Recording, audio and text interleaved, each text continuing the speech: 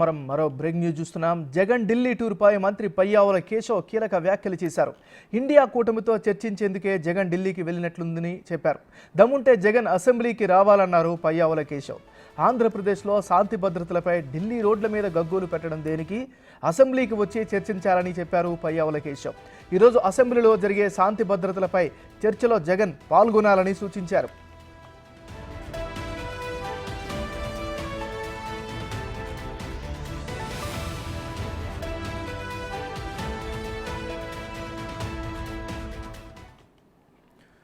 బుల్టన్లో మనం break news చూస్తున్నాం. జగన్ ఢిల్లీ టూర్పై మంత్రి పయ్యావుల కేశవ్ కీలక వ్యాఖ్యలు చేశారు.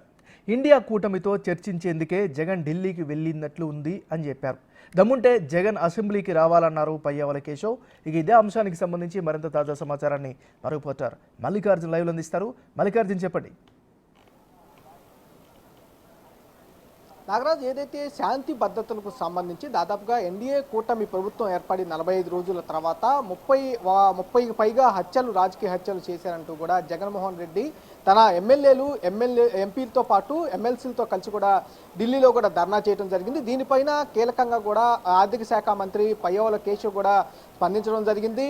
ఈరోజు అసెంబ్లీలో శాంతి భద్రత మీదే వైట్ పేపర్ అనేది రిలీజ్ చేయబోతా ఉన్నాము. నిజంగా ఈ హత్య రాజకీయాలు జరిగి ఉంటే అసెంబ్లీలో మాట్లాడాలంటూ కూడా ఆయన ఆహ్వానించడం జరిగింది. దాంతో పాటుగా మరో కీలక వ్యాఖ్య కూడా చేయడం జరిగింది. ధర్నా చేయడానికి కాదు జగన్మోహన్ రెడ్డి ఢిల్లీ వెళ్ళింది, ఇండియా కూటమి ఏదైతే ఉందో ఇండియా కూటమికి కలవడానికి, వాళ్ళ అపాయింట్మెంట్లు తీసుకోవడానికి, వాళ్ళ మద్దతు కూడగట్టుకోవడానికి వెళ్తానికి జగన్మోహన్ రెడ్డి వెళ్ళాడు తప్ప ఎక్కడా కూడా శాంతి భద్రతలు విఘాతం కలిగిందని దాని మీద ధర్నా చేయడానికి ఢిల్లీకి జగన్మోహన్ రెడ్డి వెళ్ళలేదనే వ్యాఖ్యలను కూడా పయ్యావుల కేశవ్ చేయడం జరిగింది. అంతేకాదు ఈరోజు వైట్ పేపర్ ఏదైతే ఉందో వైట్ పేపర్ గత 2019 నుంచి 2024 వరకు ఏదైతే శాంతి భద్రతకు సంబంధించి విఘాతం కలిగిందో వాటి అంశాలపై కూడా ఇటు వైట్ పేపర్ రూపంలో కూడా అసెంబ్లీలో వెల్లడించబోతా ఉన్నారు.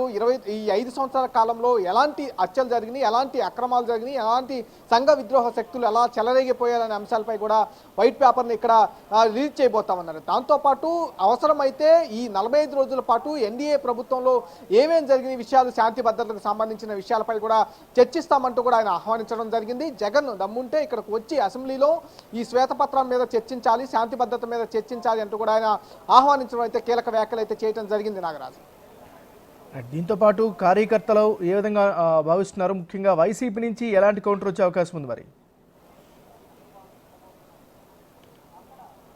వైసీపీ నేతలు అయితే మొదటి నుంచి ఒకటే చెప్తా ఉన్నారు, ఎన్డీఏ ప్రభుత్వం వచ్చిన దగ్గర నుంచి తమ కార్యకర్తల మీద, తమ నేతల మీద, తమ ఆస్తుల మీద, అట్లాగే ప్రభుత్వ ఆస్తులు, ప్రైవేట్ ఆస్తులపై కూడా దాడులు చేస్తూ ఉన్నారు, హత్యా రాజకీయాలను ఉసుగొలుపుతూ ఉన్నారు.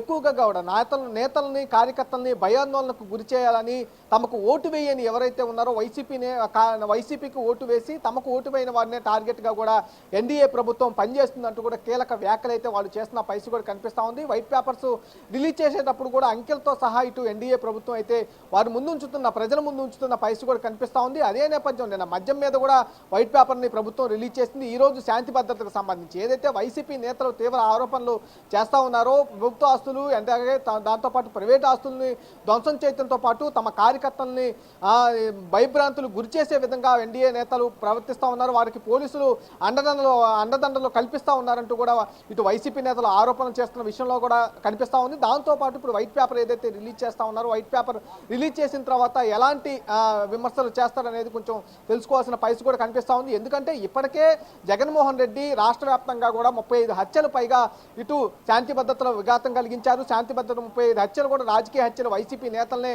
టార్గెట్ చేసి చంపారు. ఈ నేపథ్యంలోనే ఢిల్లీలోనే ఈ ధర్నా అనేది చేసి వచ్చిన తర్వాత శాంతి భద్రత మీద అసెంబ్లీలో అయితే శ్వేతపత్రం విడుదల చేయబోతా ఉన్నారు. శ్వేతపత్రం విడుదల చేసిన తర్వాత వైసీపీ నేతలు ఎలా రియాక్ట్ అవుతారు అనేది కొంచెం ఆగాల్సిన పరిస్థితి కనిపిస్తూ ఉంది. Nagaraju, right, thank you Mallikarjun.